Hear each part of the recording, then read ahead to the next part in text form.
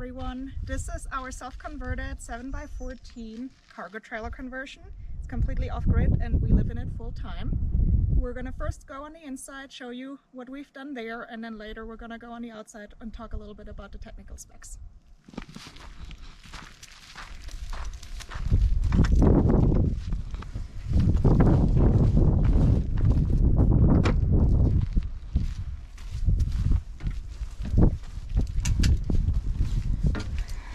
Alright, so welcome to our humble home.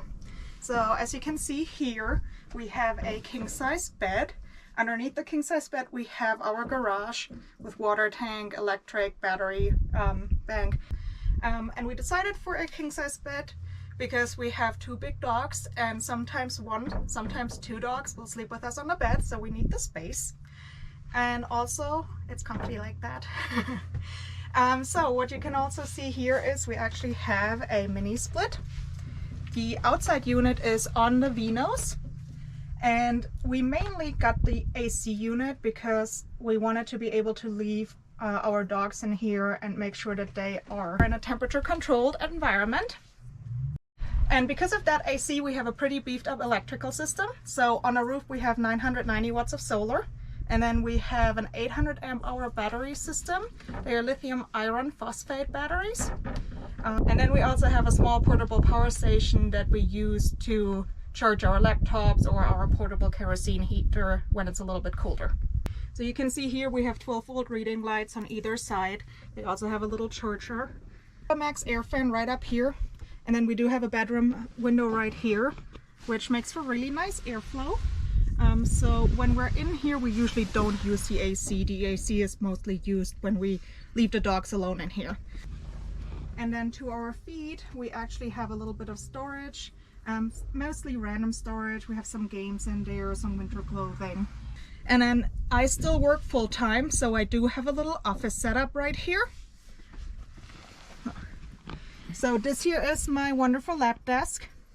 And then right here, next to my bed, I have a little shelf where I have my laptop, notepad, and that fun stuff. And I usually start working at 4:30 in the morning because we're right now in Pacific time and I work an Eastern time schedule.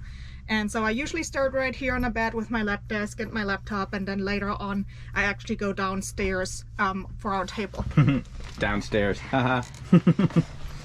For our easily accessible storage, we have here a bunch of drawers. So top drawer contains a bunch of our clothes. This is a really deep drawer, goes all the way back. Then we have each our own clothes storage right in here and here. Then down here, this is another random storage, electric, dog stuff, reflectics for the windows.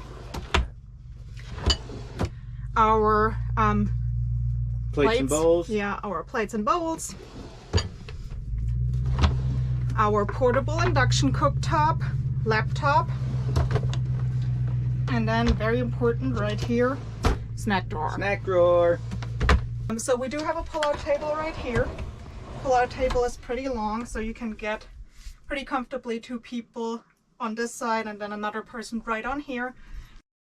All right, so this here is actually an extendable bench that we also thought could be used as a guest bedroom, but we haven't tried it out yet. So you can kind of see here, it goes deep in here.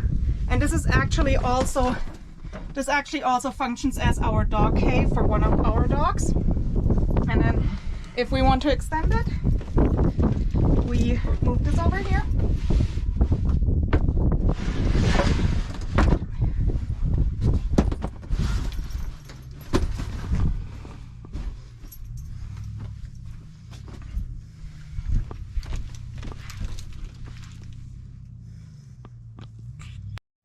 Okay, so we have two seats right here, and then our third seat is right here, where we can just flip over our counter space, and then we have another seat right here. And then we have our laundry chute right here, which is very convenient.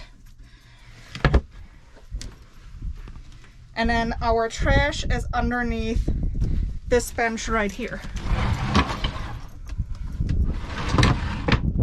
we did have a little bit of empty storage room right here, and so we made a little flop here, and we used some propane here for our propane grill, and some like other random storage.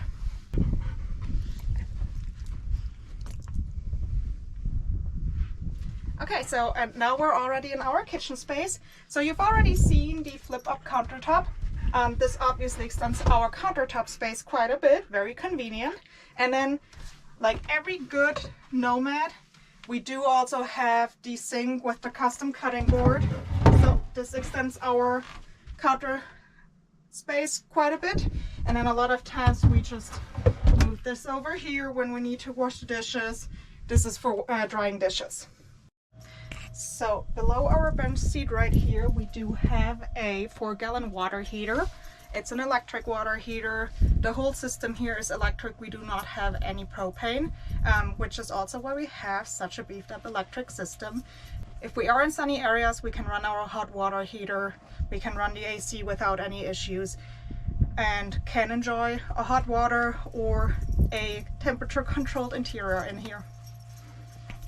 So here are the controls basically for all of our electric system. This is our AC. This is for the max air fan. Then right here you see our battery monitor, which shows us right now 96.7%, so we're pretty good. And then right here, this is where we can turn on our inverter. So this is for our 120 volt system. Okay, and then how about the lights? All of our lights are a 12 volt system. We have multiple switches right here. Have some switches over there right by the bed. And then we have here different outlets. These are 120 volt outlets. So to use those, we have to turn on the inverter. And we do have some fancy under cabinet lighting. These are just magnetized battery powered lights, but they are really convenient for us. We really like them. We have one in the bathroom as well, and then we have one in the garage as well, just to help us with additional lighting. And then up top here in those overhead cabinets, we have all kinds of snacks, kitchen utensils, our pots and pans, all that stuff.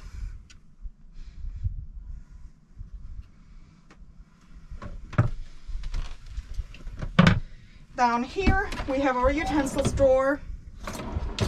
Then our fridge, this here is actually a 12 volt truck fridge. It is a little bit on the smaller end, but since Eric is full-time maintaining our lifestyle, it's not that hard for us to go to the grocery store pretty often. And then down here underneath the sink we have random storage, dog food and whatsoever. And then on this side here we have a hidden pantry. So one of the things that all the digital nomads talk about are their spice racks. So our spice rack is pretty basic. We have here our basic spices, and then down here we have some more exotic spices. Then we have our knives here on a magnet, which works really, really well for us. And then here, just some extra random storage. So then we do have a full bathroom here in the trailer. And then we have barn doors here to close it up to give a little bit of privacy. And then again, we try to really make use of all the nooks and crannies and spaces, so we have here additional storage. So we decided to have our full bath here in the Vinos because it allowed us to have a spacious shower.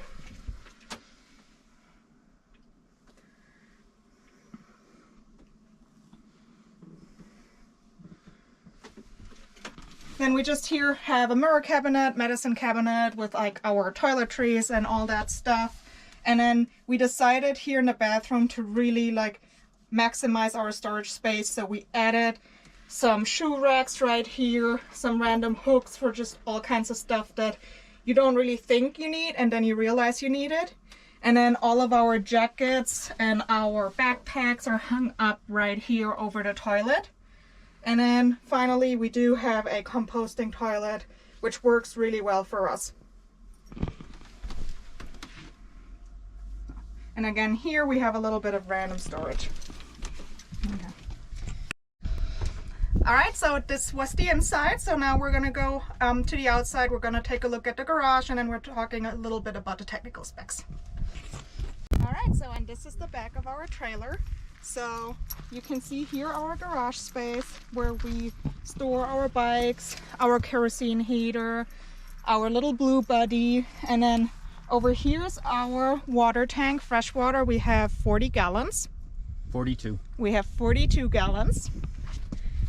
And then gray water is mounted underneath the trailer, and we have 16 gallons plus our blue buddy, which is another 6 gallons. And then over here, which you can't see right now, but that is our electrical system, which I mentioned before, 800 amp hours of lithium iron phosphate.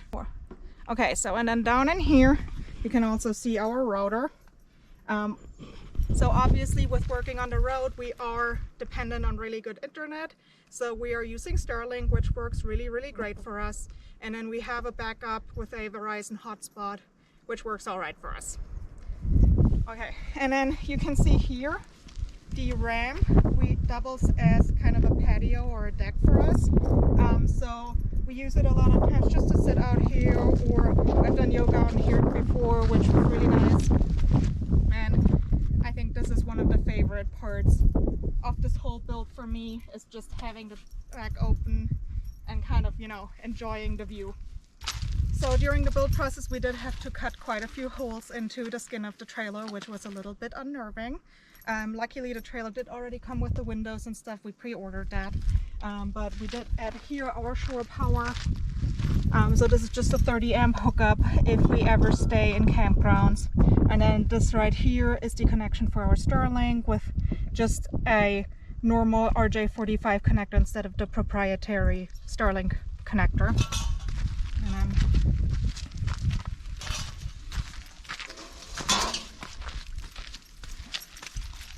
we have another few holes right here. This here's the vent for our composting toilet. Right over here, this is where we route our kerosene heater inlet in. Well, thank you, Maple. We love you too.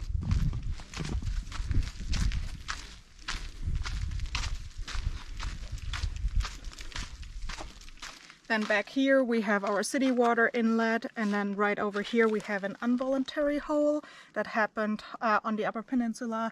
We think it was a rock and it just really like pushed a hole through our skin, so we had to patch it. So thank you for coming along on our tour of our cargo camper. It was a long process to make this thing. We have enjoyed living in it for the last few months. And as always, let me know what you think of the video and different things that you guys would like to see, and any improvements that I can make to my editing skills. Thanks, guys.